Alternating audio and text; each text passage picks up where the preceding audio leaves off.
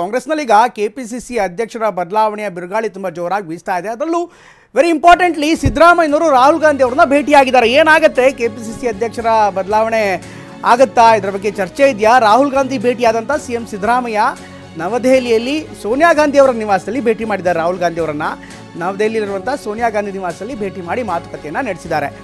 ಇನ್ನು ರಾಹುಲ್ ಭೇಟಿ ವೇಳೆ ಹಲವಾರು ವಿಚಾರ ಪ್ರಸ್ತಾಪ ಆಗಿರುವಂಥ ಸಾಧ್ಯತೆ ಇದೆ ಅಂತ ಹೇಳಲಾಗ್ತಾ ಇದೆ. ರಾಜ್ಯ ರಾಜಕಾರಣದ ಇತ್ತೀಚಿನ ಬೆಳವಣಿಗೆ ಬಗ್ಗೆ, ಕಾಂಗ್ರೆಸ್ ಮನೆಯೊಳಗಿನ ಒಳ ರಾಜಕಾರಣದ ಬಗ್ಗೆ, ಇದೆಲ್ಲದರ ಬಗ್ಗೆ ಕೂಡ ಪಕ್ಷ ಸರ್ಕಾರದ ಮಟ್ಟದಲ್ಲಿರುವಂಥ ಎಲ್ಲ ಬೆಳವಣಿಗೆ ಬಗ್ಗೆ ಚರ್ಚೆ ಮಾಡ್ತಾರೆ ಅನ್ನುವಂಥ ಮಾಹಿತಿ ಇದೆ. ಕೆಪಿಸಿಸಿ ಅಧ್ಯಕ್ಷರ ವಿಚಾರ ಇರ್ಬೋದು, ಅದೇ ರೀತಿ ಪರಿಷತ್ ನಾಮನಿರ್ದೇಶನದ ಅಭ್ಯರ್ಥಿಗಳ ಪಟ್ಟಿ ಇರ್ಬೋದು. ರಾಹುಲ್ ಬಳಿ ಒಮ್ಮೆ ಚರ್ಚೆ ಮಾಡಿ ಆನಂತರ ಅದಕ್ಕೆ ಫ್ರೇಮ್ ವರ್ಕ್ ಮಾಡಲಾಗುತ್ತೆ, ಅಂತಿಮಗೊಳಿಸಲಾಗುತ್ತೆ ಅನ್ನುವಂಥ ಮಾಹಿತಿ ಕೂಡ ಲಭ್ಯವಾಗುತ್ತೆ. ಹಾಗಾಗಿ ಸಹಜವಾಗಿ ರಾಹುಲ್ ಗಾಂಧಿ ಮತ್ತು ಮುಖ್ಯಮಂತ್ರಿ ಸಿದ್ದರಾಮಯ್ಯ ಅವರ ಭೇಟಿ ಇದೆ ಸಾಕಷ್ಟು ಕುತೂಹಲಕ್ಕೆ ಕಾರಣವಾಗಿದೆ. ಯಾಕೆಂದರೆ ಈ ಭೇಟಿಯ ಬಳಿಕ ರಾಜ್ಯ ರಾಜಕಾರಣದ ದಿಕ್ಕು ಅಥವಾ ಕಾಂಗ್ರೆಸ್ ಮನೆಯ ರಾಜಕಾರಣದ ದಿಕ್ಕು ಬೇರೆ ಕಡೆಗೆ ಸಾಗುವಂತ ಸಾಧ್ಯ.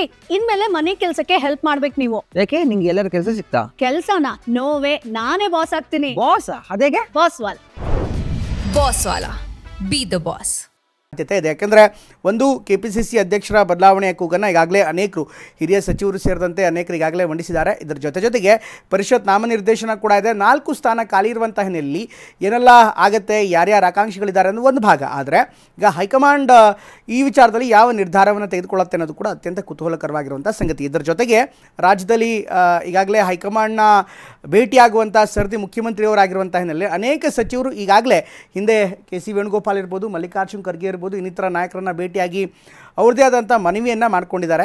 ಈಗ ಮುಖ್ಯಮಂತ್ರಿಗಳು ರಾಹುಲ್ ಗಾಂಧಿ ಭೇಟಿಯಾಗಿ ಯಾವೆಲ್ಲ ವಿಚಾರಗಳನ್ನು ಚರ್ಚೆ ಮಾಡ್ತಾರೆ ಅನ್ನೋದು ಕೂಡ ಸಹಜವಾಗಿ ಕುತೂಹಲವನ್ನು ಮೂಡಿಸಿದೆ. ಎಲ್ಲ ವಿಚಾರದ ಬಗ್ಗೆ ಇನ್ನಷ್ಟು ಹೆಚ್ಚಿನ ಮಾಹಿತಿಯನ್ನು ನೀಡ್ತಾರೆ ನಮ್ಮ ದೆಹಲಿ ಪ್ರತಿನಿಧಿ ಹರೀಶ್. ಸಹಜವಾಗಿ ಕುತೂಹಲ ಇದೆ, ಸಾಕಷ್ಟು ವಿಚಾರಗಳು ಈಗಾಗಲೇ ಮುನ್ನೆಲೆಗೆ ಬಂದಿದೆ, ಯಾವೆಲ್ಲ ವಿಚಾರ ಚರ್ಚೆ ಆಗ್ಬೋದು ಅಂತ. ಆದರೆ ಅಸಲಿಗೆ ಏನಾಗುತ್ತೆ ಅನ್ನೋದು ಕೂಡ ಬೇರೆ ವಿಚಾರ.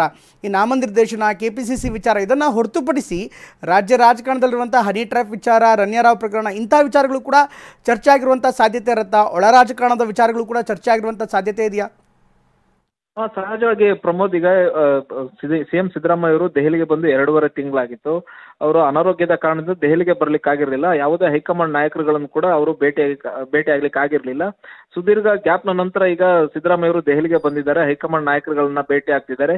ಈ 2.5 ತಿಂಗಳಲ್ಲಿ ರಾಜ್ಯದಲ್ಲಿ ಆಗಿರ್ತಕ್ಕಂತಹ ಡೆವಲಪ್ಮೆಂಟ್ಸ್ ಗಳ ಬಗ್ಗೆ ಸಹಜವಾಗಿ ಸಿದ್ದರಾಮಯ್ಯ ಅವರು ಹೈಕಮಾಂಡ್ ಜೊತೆ ಚರ್ಚೆ ಮಾಡಬೇಕಾಗಿತ್ತು. ಮುಖ್ಯವಾಗಿ ಹನಿ ಟ್ರ್ಯಾಪ್ ಅನ್ನುವಂಥ ವಿಚಾರ ಆಗಿರ್ಬೋದು, ಮತ್ತೆ ಸರ್ಕಾರದಲ್ಲಿ ಆಗ್ತಿರ್ತಕ್ಕಂಥ ಬೆಳವಣಿಗೆ, ಮತ್ತೆ ಪಕ್ಷದಲ್ಲಿ ಆಗ್ತಿರ್ತಕ್ಕಂತಹ ಬೆಳವಣಿಗೆಗಳ ಬಗ್ಗೆ ಸಿದ್ದರಾಮಯ್ಯ ಅವರು ಚರ್ಚೆ ಮಾಡಬೇಕಾಗಿತ್ತು. ಈ ಹಿನ್ನೆಲೆಯಲ್ಲಿ ಇವತ್ತು ರಾಹುಲ್ ಗಾಂಧಿ ಅವರನ್ನ ಭೇಟಿಯಾಗಿ ಚರ್ಚೆಯನ್ನ ಕೂಡ ಮಾಡ್ತಾ ಇದ್ದಾರೆ. ಸುಮಾರು ಅರ್ಧ ಗಂಟೆಗಳ ಕಾಲ ರಾಹುಲ್ ಗಾಂಧಿ ಅವರು ಸಮಯವನ್ನ ಕೊಟ್ಟಿದ್ದಾರೆ, ಚರ್ಚೆಯನ್ನ ಮಾಡ್ತಿದ್ದಾರೆ. ಸಂಪೂರ್ಣ ಎಲ್ಲಾ ವಿಚಾರಗಳ ಬಗ್ಗೆ ಕೂಡ ಚರ್ಚೆ ಮಾಡ್ತಾರೆ. ಮುಖ್ಯವಾಗಿ ಪರಿಷತ್ ನಾಮನಿರ್ದೇಶನ ಸದಸ್ಯರನ್ನಾಗಿ ಮಾಡಬೇಕಾಗಿದೆ, 4 ಮಂದಿ ಖಾಲಿ ಇರ್ತಕ್ಕಂಥದ್ದು.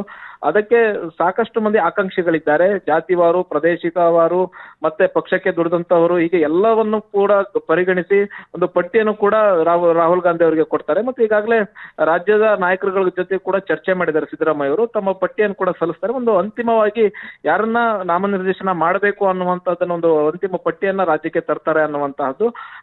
ಅದರ ಜೊತೆಗೆ ಮುಖ್ಯವಾಗಿ ಕೆಪಿಸಿಸಿ ಅಧ್ಯಕ್ಷ ಸ್ಥಾನದ ಬದಲಾವಣೆ ಬಗ್ಗೆ ಕೂಡ ಚರ್ಚೆ ಆಗ್ತಿದೆ. ಒಂದಷ್ಟು ನಾಯಕರು ಬಹಿರಂಗವಾಗಿ ಹೇಳ್ಕೊಂಡಿದ್ದಾರೆ, ಮತ್ತೆ ಪಕ್ಷದ ಒಳಗೂ ಕೂಡ ಚರ್ಚೆ ಆಗ್ತಿದೆ. ಈ ವಿಚಾರದ ಬಗ್ಗೆ ಕೂಡ ರಾಹುಲ್ ಗಾಂಧಿ ಅವರ ಮುಂದೆ ಪ್ರಸ್ತಾಪ ಮಾಡುವಂತ ಸಾಧ್ಯತೆ ಇದೆ.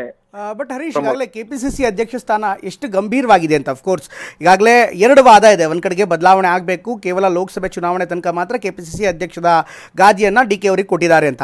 ಇನ್ನೊಂದು ಕಡೆಗೆ ಈಗ ಪವರ್ ಶೇರಿಂಗ್ ವಿಚಾರ ಕೂಡ ಇದೆ. ಪವರ್ ಶೇರಿಂಗ್ ಆಗೋ ತನಕ ಕೆಪಿಸಿಸಿ ಅಧ್ಯಕ್ಷರ ಬದಲಾವಣೆ ಇಲ್ಲ ಅನ್ನುವಂಥ ಇನ್ನೊಂದು ವಾದ ಕೂಡ ಇದೆ. ಹೀಗಾಗಿ ಈ ಕೆಪಿಸಿಸಿ ಅಧ್ಯಕ್ಷರ ಬದಲಾವಣೆ ಅನ್ನುವಂಥದ್ದು ಈಗ ವಾಸ್ತವವಾಗಿ ತುಂಬಾ ಸೀರಿಯಸ್ ಆಗಿ ನಡೀತಾ ಇರುವಂಥದ್ದು, ಅಥವಾ ಕೇವಲ ಮಾತುಕತೆ ಅಥವಾ ಕೇವಲ ಹೇಳಿಕೆಗಳಿಗೆಷ್ಟು ಸೀಮಿತವಾಗಿದೆ?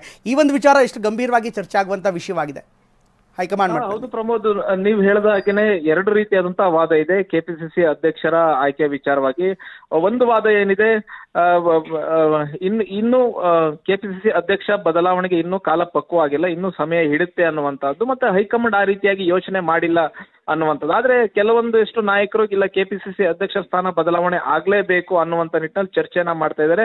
ಬಹಿರಂಗವಾಗಿ ಕೂಡ ಒಂದಷ್ಟು ನಾಯಕರು ಚರ್ಚೆಯನ್ನ ಮಾಡಿದ್ರು. ಮತ್ತೆ ಸಾಕಷ್ಟು ಬಾರಿ ಹೈಕಮಾಂಡ್ ನಾಯಕರುಗಳನ್ನ ಭೇಟಿಯಾಗಿ ಒಂದಷ್ಟು ನಾಯಕರು ಸೀರಿಯಸ್ ಆಗಿ ಬಂದು ಭೇಟಿಯಾಗಿ ಕೆಪಿಸಿಸಿ ಅಧ್ಯಕ್ಷರ ಬದಲಾವಣೆ ಆಗಬೇಕು ಅನ್ನುವಂಥ ಜೊತೆಗೆ ನಮ್ಮನ್ನು ಕೂಡ ಕನ್ಸಿಡರ್ ಮಾಡಿ ಅನ್ನುವಂತ ನಿಟ್ಟಿನಲ್ಲಿ ಅನೇಕ ನಾಯಕರುಗಳು ಬಂದು ಹೇಳಿ ಹೋಗಿದ್ದಾರೆ. ಅದರಲ್ಲಿ ಪ್ರಮುಖವಾಗಿ ಈಶ್ವರ್ ಖಂಡ್ರೆ ಆಗಿರ್ಬೋದು, ಸತೀಶ್ ಜಾರಕಿಹೊಳಿ ಆಗಿರ್ಬೋದು ತಮ್ಮದೇ ಆದಂತ ರೀತಿಯಲ್ಲಿ ವಾದವನ್ನ ಮಂಡಿಸಿದ್ದಾರೆ. ಇಲ್ಲಿ ಸತೀಶ್ ಜಾರಕಿಹೊಳಿ ಅವರು ಹೇಳ್ತಾ ಇದ್ದಾರೆ, ಸಚಿವ ಸ್ಥಾನದ ಜೊತೆಗೆ ಕೆಪಿಸಿಸಿ ಅಧ್ಯಕ್ಷ ಸ್ಥಾನವನ್ನು ಕೂಡ ನಾನು ನಿಭಾಯಿಸ್ಕೊಂಡು ಹೋಗಬಲ್ಲೆ. ಡಿ ಕೆ ಶಿವಕುಮಾರ್ ಅವರು ಯಾವ ರೀತಿಯಾಗಿ ನಿಭಾಯಿಸಿದ್ರು ಅದೇ ರೀತಿಯಾಗಿ ಅವರಿಗೆ ಹೇಗೆ ಮಂತ್ರಿ ಸ್ಥಾನದ ಜೊತೆಗೆ ಕೆಪಿಸಿಸಿ ಅಧ್ಯಕ್ಷ ಸ್ಥಾನವನ್ನು ಕೊಟ್ಟಿದ್ರೆ ಅದೇ ರೀತಿಯಾಗಿ ನಮಗೂ ಕೊಡಿ, ನಾನು ಕೂಡ ನಡೆಸ್ಕೊಂಡು ಹೋಗ್ತೀನಿ ಅನ್ನುವಂತ ಒಂದು ವಾದವನ್ನು ಮುಂದಿಟ್ಟಿದ್ದಾರೆ. ಮತ್ತೆ ಈಶ್ವರ್ ಖಂಡ್ರೆ ಅವರು ಹೇಳಿದ್ದಾರೆ, ನಾನು ಸಚಿವ ಸ್ಥಾನವನ್ನು ಕೂಡ ಬಿಡ್ಲಿಕ್ಕೆ ರೆಡಿ, ನಾನು ಕೆಪಿಸಿಸಿ ಸಾರಥ್ಯವನ್ನು ನಾನು ವಹಿಸ್ತೇನೆ, ಕಾರ್ಯಾಧ್ಯಕ್ಷನಾಗಿ ಕೆಲಸ ಮಾಡಿದಂತ ಅನುಭವ ನನಗಿದೆ, ಮತ್ತೆ ನನ್ನ ಎಲ್ಲ ಕಡೆ ಸುತ್ತಾಟ ಮಾಡಿ ಪಕ್ಷ ಸಂಘಟನೆ ಮಾಡಿದಂತ ಅನುಭವ ಇದೆ, ನಾನು ಅದನ್ನ ನಿಭಾಯಿಸ್ಕೊಂಡು ಹೋಗ್ತೀನಿ ಅನ್ನುವಂತ ವಾದವನ್ನು ಕೂಡ ಮುಂದಿಟ್ಟಿದ್ದಾರೆ. ಇದನ್ನ ರಾಹುಲ್ ಗಾಂಧಿ ಅವರು ಏನಾದ್ರು ಒಂದ್ ವೇಳೆ ಪ್ರಸ್ತಾಪ ಮಾಡಿದ್ರೆ ಸಿದ್ದರಾಮಯ್ಯ ಅವರು ಕೂಡ ತಮ್ಮ ಅಭಿಪ್ರಾಯವನ್ನ ಮಂಡಿಸ್ತಾರೆ ಅನ್ನುವಂಥದ್ದು. ಥ್ಯಾಂಕ್ ಯು ಹರೀಶ್ ಎಲ್ಲ ಮಾಹಿತಿಯಾಗಿ.